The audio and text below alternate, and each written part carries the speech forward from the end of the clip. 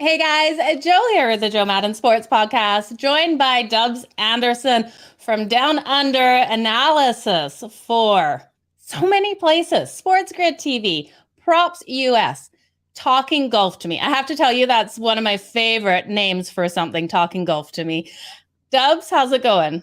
Joe, great to finally talk with you. Look, too many places will let Dubsy hop up there and talk a bit of golf, a bit of PGA to anyone that's going to listen to me. I'm going to dribble to them. Do I let the truth get in the way of a good story? No, absolutely not. And the golf world, it's absolutely buzzing right now, Joe. But I'm a big fan. I love your shows. I love your content. So it's an absolute pleasure to get the thunder from down under, the caddy who ain't your daddy, up here with Joe Madden. A couple of the greats colliding here on a Tuesday. What a way to get the week started, Joe. Oh, what a fantastic way. The caddy who ate your daddy. That's what they say. That's what they say. And look, maybe I've given a few of these titles to myself over the years, Joe, but we're going to run with them. We never let the fun get in the way of having a good time. That's one thing for certain. I absolutely love it. We're going to have so much fun here today. Before we get started with everything happening in golf, how did you get into this business? It's mad, Joe. Look, I got in as a caddy about 10 years ago. I was a decent player growing up, obviously not good enough to make enough wedge out of it, but I had a very good friend. She was #1 amateur in the world. She turned professional. I went on tour as a caddy. We looped around the European tour back in Australia. It brought me here on the LPGA tour, jumped on a few different bags. Now here I am still in Los Angeles. I go back to Oz once in a while. No longer caddy, but a few years ago, look, I'm like, got to get back into the TV side of things. The sports betting was going mad. And like, well, Dubsy's a big punter. You know how it is growing up in Australia. I mean, punting, gambling is part of our DNA. I mean, you've got more sports books than they've got Starbucks here on every other corner. I put the two and two together. I guess how it originally started, Joe, I was down there in Melbourne on the Sandbell courses. I think it was the first summer I was away as a professional caddy, and the boys would hit me up, Dubsy, who do you like in the golf this week? I'm like, well, throw these three names. You know, I've seen them out on the golf course. I see the way they're practicing the Pro-Am. They look really good. Boom, cashed it. The next week comes around. Dubsy, who do you like for this? Well, it's a longer golf course. These guys are suited. Triple-digit cashes. Boom. Dubsy's obviously the messiah of golf betting, but I had that edge. I had that lean. Now, was it, ethical to be doing that? I mean, I'm out there working on the tour, on the golf course, seeing these guys close up. I don't know. It's a bit of a gray area, but that was the edge I had over the books. I brought it to the golf betting, the sports betting, and here we are. Now Dubsy's still doing it, still getting it done on a Sunday afternoon. And you know those boys are still chasing me for hot tips, Joe. But that's the thing with the golf betting. It's one of the best sports you can get involved in because there's so many different markets. And in the world of golf, we've got a tournament every single week, Joe. Yep. It never sleeps, no days off. I love it. Now, being from down under, did you ever play two up? Of course, mate. A bit of two up. I missed that on the Anzac Day. Oh, man. You know, it's so funny that it's illegal every other day than Australia Day and Anzac Day, right? Yeah, and I guess that's part of the culture. I mean, we have a celebrated day back in Australia just for gambling. Heads or tails, throw them up. Let's see how we come down. I mean, 50-50 chance. Worst things to happen. Oh, man, I'm going to tell you off air exactly what happened to my grandfather playing two up. It is quite the story, but definitely one that I have to tell you, Dubs. But let's get into golf. Let's talk. Let's talk what's happening right now. You just posted a tweet. Things are going crazy. What's happening? Well, look, Joe, right now it's prime time on the PGA Tour. We're right in the middle of major seasons. We've got the US Open next week, but the big storyline is we've got the LIV, the Saudi Golf Invitational Series, created by, a questionable source of funds there, headed up by Greg Norman, the old shark who is an Aussie as well. Now, this is an independent tour, 8 events, starts in London this week.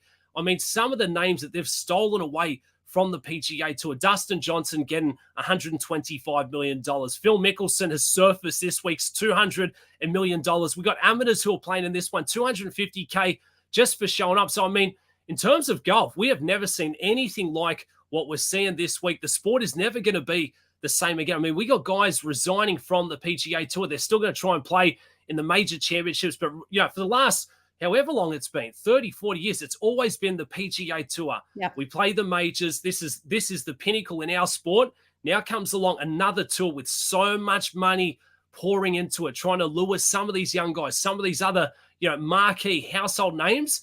and they've succeeded. It's the very first event for them this week over in London before they bring it here stateside. It's only 8 events, but again, we question if they had enough legs to get going. Now with these big names signing, they absolutely do. It's a sign of the times. These athletes, I mean, a guy like Dustin Johnson has made $75 million in career earnings, not endorsements. He now gets $125 million to go and play there against less competition. There's no cut, so he's definitely going to get paid. Why would you not entertain it? I don't agree where the money's coming from. They do some horrible things over there, Saudi Arabia, but it is what it is. Professional sports, the money talks. Absolutely. Do you think any of these players will get blacklisted for going, though? Yeah, I do. And I think the PGA Tour right now, the silence is deafening because can they suspend these guys from coming back to play in the bigger events? Can they suspend them from playing in the major championships, which are the pinnacle in our sport? Right now, I don't think they can. A lot of these big names are going to be allowed to play next week in the US Open. Phil will be there. Dustin Johnson will be there. But in terms of being blacklisted from the PGA Tour, I wouldn't doubt it. At least a lengthy suspension because, look, you can't have your cake and eat it too. It is a direct competitor of the PGA Tour. And look, these guys, they are who they are thanks to the PGA Tour. They filled their pockets. They've created great lifestyles off the back of that. Now they're saying, well, we want to go and do the little quick cash grab and then we'll come back. No. You either do one or the other. So interesting times indeed. Yeah, huge cash grab, though. That's hard money to turn down definitely for these athletes. Yeah, it's too big. I mean, as a caddy, I'm like, can I get on the bag? I'll take 10% of $4 million to the winning paycheck. And look, they're trying to modernize golf. I'm a golf purist. I think it's an exciting sport, Joe, but we can't beat around the bush. It does get boring at times. It gets a little stuffy. So they're trying to bring a new format, trying to revolutionize the game of golf. I don't think it's going to work. I question how it works over longevity. I mean, after 4 or 5 years of pouring hundreds of millions of dollars into it, how are they going to get it back? I mean, broadcast is where the money's going to come back from. How do they sustain it? Do they move it to the Middle East and tell these players, well, look, now you're part of the tour. We're going to go back and play in Saudi, and that's where you're expected to play. So I really don't see how it's going to work. I think in terms of the TV product, it's going to suck. It's not a great field that is pegged up in London. But right now, the PGA Tour, they would not be happy. They would be scrambling. And let's see what happens next week. I mean, I posted the press conference there this morning from London. The guys are getting hit with all these awkward questions. Reporters are getting thrown out of the press conference. Testy times in the old golf world. And hey, golf, usually a little stale. Not this week, Ja. I'm glad to hear it's not stale. Now, I want to talk the RBC Canadian Open. But before we do, you got any stories from being a caddy that you just want to tell? Look, no crazy ones, Joe. No? I mean, as a caddy, right, you're on the road a lot, so you'd often frequent the casinos, the bars, cause a bit of a ruckus. You'd be out there, solo because these players are all about their business. I guess one that stands out recently, last year, I was in Detroit for the Rocket Mortgage. I was smashing drinks, was out there, met Bryson DeChambeau's caddy. Next morning, wake up a little dusty. DeChambeau sacked the caddy. He's no longer on the bag. So obviously this is breaking news. It's all over the Golf Channel. I'm like, what have I done? What did I do last night? But hey, who knows? Bryson hasn't won on the PGA Tour since that. So maybe that was, Dubsy sending him downhill. But look, the caddy lifestyle, do it for a few years. It is a lot of fun, but it does get tiring. There's only so many sports bars you can get thrown out of, Joe. That's for sure. That sounds like an incredible time. Do caddies get along with each other normally? Look, you would think they do. Maybe you've got 1 or 2 good mates that you travel around with, you try and split rooms with to bring costs down. But at the end of the day, you haven't really got like a set salary in place. So it's very competitive. You don't want anyone coming near your play, especially if you're on the bag for a good play, because you think they may take your job. And it works the other way. Like if you get friendly with some of the other players out there, they start to think you're trying to weasel in on their bag. So it's tough times. You're going to stay in your lane, do your homework, do your due diligence. And if you show up to the course hangover, make sure you got the sunglasses on the next day so nobody knows. Oh, great advice there for anyone looking to be a caddy. Thanks for that, Dub. Don't come to Dubsy. Right? Definitely would be fun hanging out with you on the course. I can feel it for sure. Yeah. No doubt about that. 6 on the front, 6 on the back. We ain't talking strokes. We're talking maybe White Claws. White Claws, good way to go with it. Drink of choice on the course? Yeah, it is. It is right now, Joe. I'm trying to get the summer figure back in shape, and right now it's not working out for me. the thing is, I'm like, yeah, the White Claws, low calories, but if you end up having 10 of them, it's still 1,000 calories you've put under the belt. So I've really got to reevaluate my life, I think. Time to create a list. See which food you can cut out of that, because you know those 10 White Claws are needed. Okay, especially when the sun's out, right? That's it. Right. We got the RBC Canadian Open. What are you liking for this? It kicks off on Thursday. Look, great tournament. We're going back to Toronto. There's been a 2-year hiatus. Rory McIlroy last won it. We don't always stop here at St. George's Golf and Country Club. I think it's the best course in Canada. I mean, it's an old school course, but it's absolutely breathtaking. Tree-lined fairways.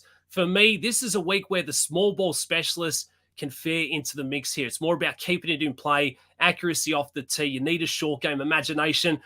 Being the week out for a major, we've got a pretty strong field, 5 of the top 10. I'm going to go a little chalky here. I like Justin Thomas, a win there at the PGA Championship on this kind of golf course, coming off for a week's rest, working with the swing coach at 9-1. I think that's decent value.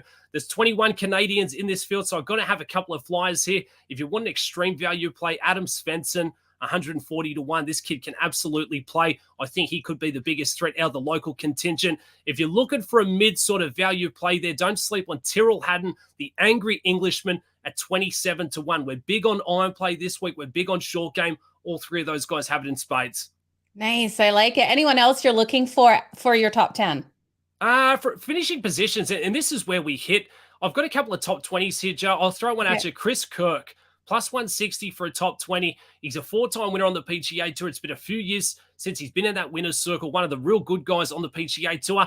And week in, week out, we got different tournaments. We talk about horses for courses. I don't like him on a long golf course, but I like him on this one this week. The Canadian Open, you want a chess player, not checkers. Chris Kirk, plus money for a top 20. We absolutely love that. If you're looking for a top 40 play, I'm going to go with the second best mullet, the Aussie Malay, if you will, Pat Perez. He's found a bit of form, plus 110 for a top 40. One of the good guys out there on the PGA Tour. Again, he can't contend every single week, but on a golf course like this, a shorter track, I think he's got a chance.